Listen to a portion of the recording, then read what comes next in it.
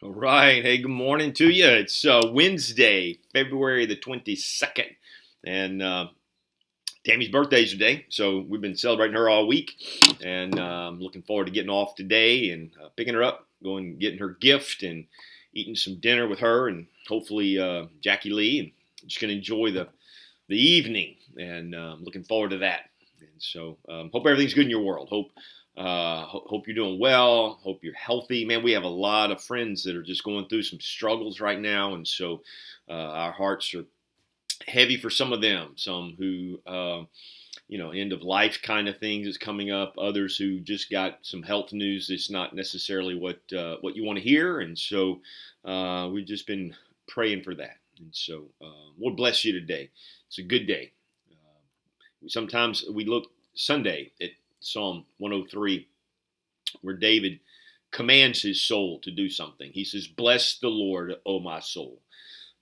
So there's this self-talk that we have to do. Some days we can look at the world and be discouraged or whatever is going on in your world specifically or the world at large.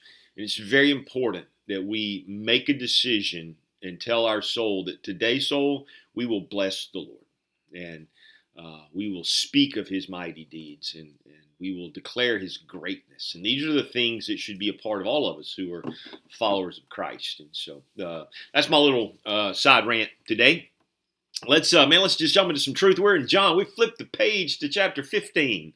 Man, we're flying through the book. Well, not really, but I'm not in a hurry. I have a tendency to want to do that because I think people get bored with this or that. And I'm like, you know what? Then those folk can, just turn it off, I guess, but I want to express what I believe is the core of what John is saying. And so it takes a little time. And so that's where we are today. But we flipped the page. We've left the upper room. Jesus says, "Get up. Let's leave here." So he knows he's on a mission. Don't forget that Jesus knew exactly what was going to take place. He knew Judas had gone to tell the men where he was going to be. So he was going to be where he knew Judas was going to tell the men he was going to be. And so they were going to find him in the garden. So that's where they're heading. And so they leave they leave this upper room and wherever Jerusalem that it was in that sense. They make their way east toward the garden. And it's on this walk that Jesus begins to speak. Chapter 15 and 16, and lets us know what's going on. Now, we jump into a section today about the vine and the branches. It's powerful truth. It has been confusing for some.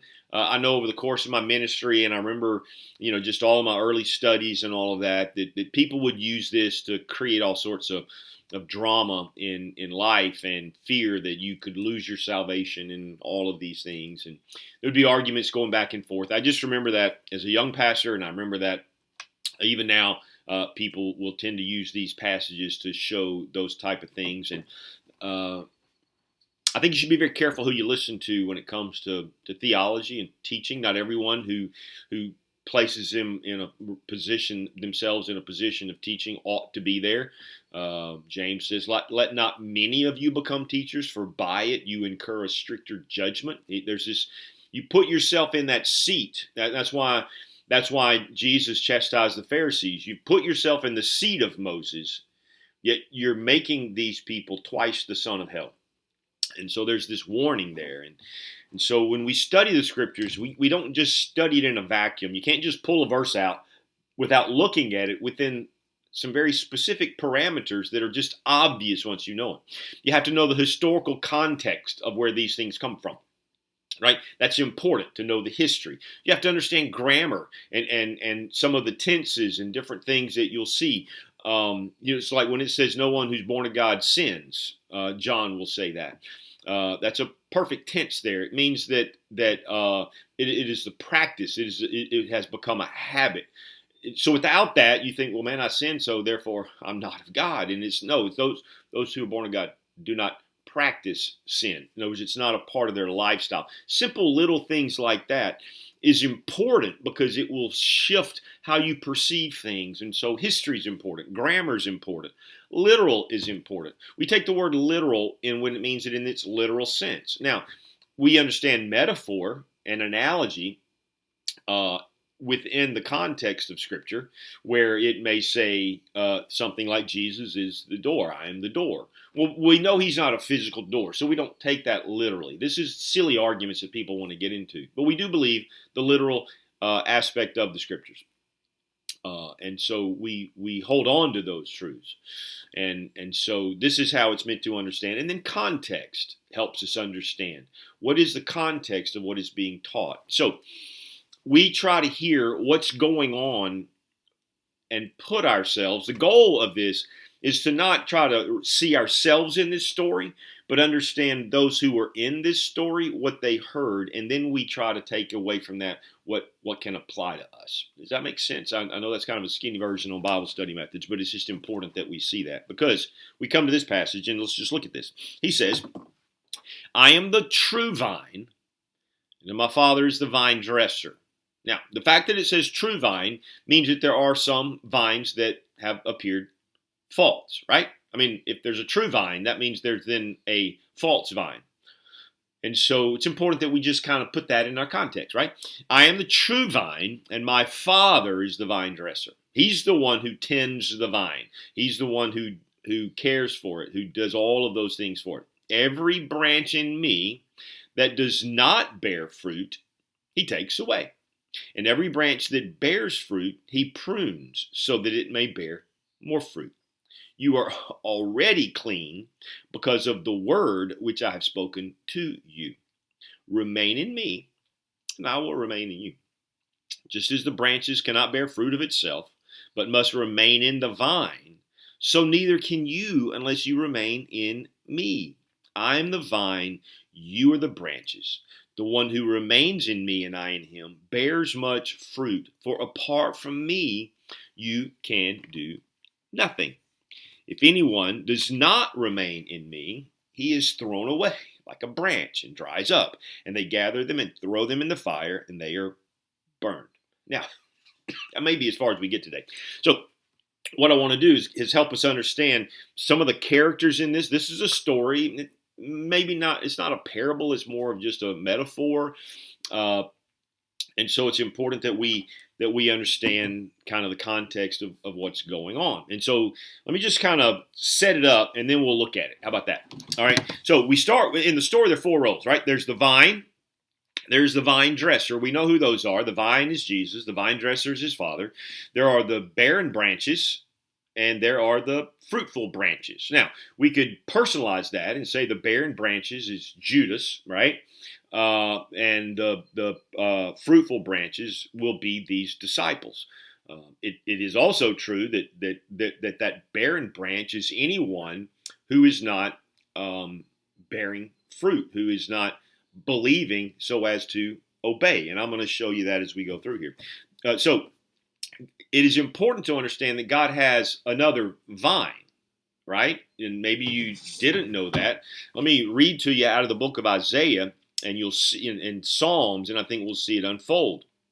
He says, Isaiah chapter 5, there's a parable of the vineyard. Let me sing now for my beloved, a song of my beloved about his vineyard. My beloved had a vineyard in a fertile hill. He dug it all around, cleared its stones, and planted it with the choicest vine. And he built a tower in the middle of it, and also carved out a wine vat in it. Then he expected it to produce good grapes, but it produced only worthless ones. And now you inhabitants of Jerusalem and people of Judah, judge between me and my vineyard. What more was there to do for my vineyard than I have not done it? Why, when I expected it to produce good grapes, did it produce worthless ones? So now let me tell you what I'm going to do with my vineyard. I will remove its hedges, and it will be consumed. I will break down its wall, and it will become trampled ground. I will lay it waste. It will not be pruned nor hoed, but briars and thorns will come up. I also will command the clouds not to rain on it. For the vineyard of the Lord of armies is the house of Israel, and the people of Judah are his delightful plant. Who's he saying was this vineyard? It was Israel. And what had they done? They just did not honor his word. They did not follow. And what is he going to do? He's going to lay them to waste. He's going to allow them to be overtaken and overrun by wicked empires, right? That's what's going on in Isaiah. And so we already know that there is a vine that he has said has proven itself to be worthless in that sense. Hear that? So if there's a true vine, that's Jesus, then there is a false vine, which is Israel. Now, just hear me, because it's important we understand the context here. We looked at Romans not too long ago. If you weren't with me in that study, you can find it on YouTube. You can find it in my Facebook place. But what he does show there is that not all who belong to Abraham are people of the promise, right? A Jew is not one who is one outwardly, but one who is one inwardly at the circumcision of the heart. You don't get credit just because you're a Jew, just because you belong to a vineyard. You get credit because you are attached to the truth. You see this. This is what they're hearing. Psalm 80. Listen to what he says here in Psalm 80. He says, I removed a vine from Egypt. You drove out the nations and you planted it, right? He planted that vine within the promised land. Who's he talking about here? Israel. You cleared the ground before it. It took deep root and filled the land. The mountains were covered with its shadows, and the cedars of God with his branches. It was sending out its branches to sea, and its shoots to the Euphrates River. Why have you broken down its hedges, so that all who pass that way pick its fruit? A boar from the forest eats it away, and whatever moves in the field feeds on it. This psalm is coming out of that same one in Isaiah, where it speaks of God he had a vine. He pulled it out of Egypt. He brought it with him, right? And he's a seedling, so to speak, and he planted it in the promised land, and it grew, but it became feast for others, and God no longer tended to it in that sense. And then back in Isaiah 11, we get this little truth, this little nugget, and this is what I want you to see. Then a shoot will spring from the stem of Jesse. Right? Who's he talking about here? Well, he's talking about David, but he's looking through David to the Messiah. Then a shoot will spring up from the stem of Jesse, and a branch from its root will bear fruit. Who's he talking about? Jesus. The Spirit of the Lord will rest on him, the Spirit of wisdom and understanding, the Spirit of counsel and strength, the Spirit of knowledge of the fear of the Lord, and he will delight in the fear of the Lord. So what is God doing here? He took a seedling from within the vine of Israel, and it's pure. It's Jesus, and he plants it. He's the true vine, right? This is the one. And so, having said all that, to give you kind of a little perspective on what this parable that we're looking at here, our metaphor is, let's just see it that way. Jews thought that because they were connected to God, they were Abraham's children. That was what the Pharisees believed. Jesus is trying to explain to his disciples yet again. It's about me. It's about me. It's not about Israel. It's not even about the temple. You can't just say, well, I'm a Jew and I'm in. No, that's the whole writings of Paul. That was his whole point. Same as the temple. Jesus says, destroy the temple and I'll rebuild it in 3 days. What's he talking about? That temple, he has discarded it, right? I have left it desolate, just like the garden. Why? Because God wasn't in that temple any longer, and God won't be anymore. Where will he be? In Jesus. And then where will we find him when Jesus ascends to heaven? In you and me, right? So this is everything you and me need to understand and know before we get to this passage as we look at it. So now let's look at it. He says, he said, I'm the true vine. So we know that Jesus is the way. There's no other way, right? If we believe him and we obey him, what will be the reward? We will bear fruit, right?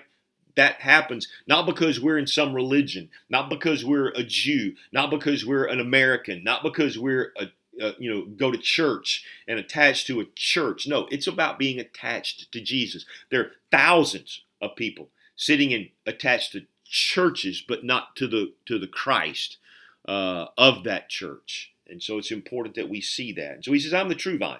My father's the vine dresser. What does that mean? Well, he's the one who tends it. He planted it, right? He created Mary, the virgin, to plant it in that sense, so that he would be born. Then he fertilized Jesus in that sense, if you will. And I realize I'm kind of hazy here, but with what? With the Holy Spirit, right? Fertilized it, watered it. That they're generated the nutrients to produce the good works that Jesus did because he had laid aside his godliness. I hope you can understand what I'm saying here. And so this is what's going on. So God has been tending to this vine. It's been from the very beginning, his understanding that this is exactly what he was going to do. It's what the prophecy of Isaiah was about, a shoot of Jesse springing forth. Now, there are two vines. I mean, there are two branches.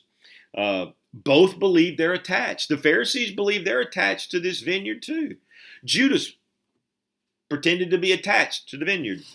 Those who believed in him in John 6 earlier, remember?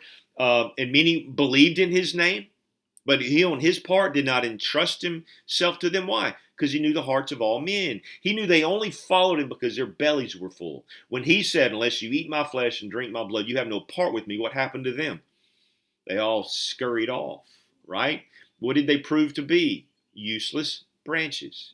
They were just suckers. They just took the nutrient. They take, but there was nothing that they were producing. That's what happens so often in the church these days. My first pastor used to say that the problem with the church is we sit, we soak, and we sour, right? We don't go do anything. We just sit there, we soak in truth, and then and when you soak in truth and it's not used for anything, it just sours, and that's what happens to us. And yet then there was the true vine, that is the 11 disciples, those who believe and obey. What is it that Jesus has constantly been saying in here? If you love me, you'll keep my commandments. He who obeys my words and does them, right? So this is what he's saying here. So now let's look at it. I am the true vine. My Father is the vine dresser. Every branch in me that does not bear fruit, every branch that wants to attach itself to me, that does not bear fruit, he takes away. And every branch that bears fruit, he prunes it so that it may bear more fruit. That's the goal. You are already clean because of the word which I've spoken to you. So what's the goal here? Every Christian bears fruit. There's no such thing as a fruitless Christian. There's not. We have been led a bunch of hooey when we think that. John says it like this in his first letter. No one who is born of God practices sin. He cannot, for God's seed is in him.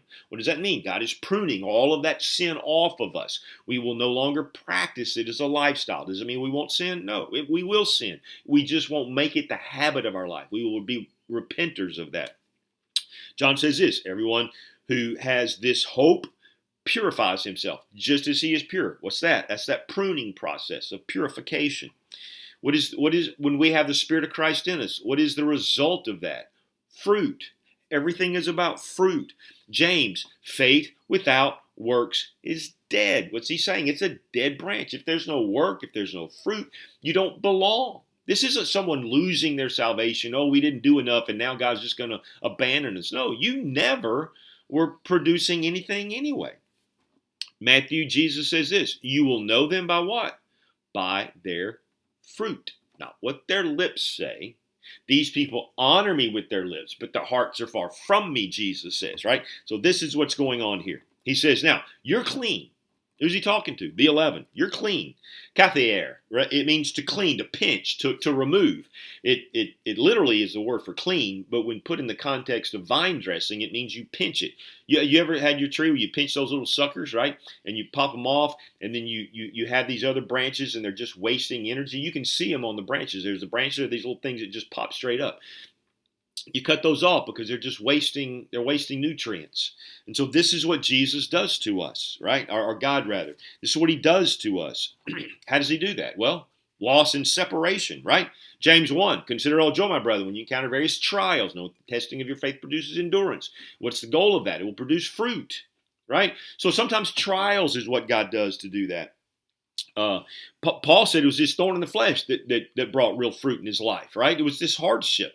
That's why Paul says, hey, forgetting what lies behind, I'm pressing forward, man. I want whatever. I want to know him and him alone. So cut off everything that doesn't glorify God, right? And so clean, how does he do that? Well, he says so. Clean because of what? The word which I have spoken to you. It is the word that purifies. It is the word that cleanses, right? It's the two-edged sword, if you will, to use the same thing as shears and everything. It goes in there, and the word of God penetrates, and it shears, and it cuts off the wastefulness so that we bear fruit.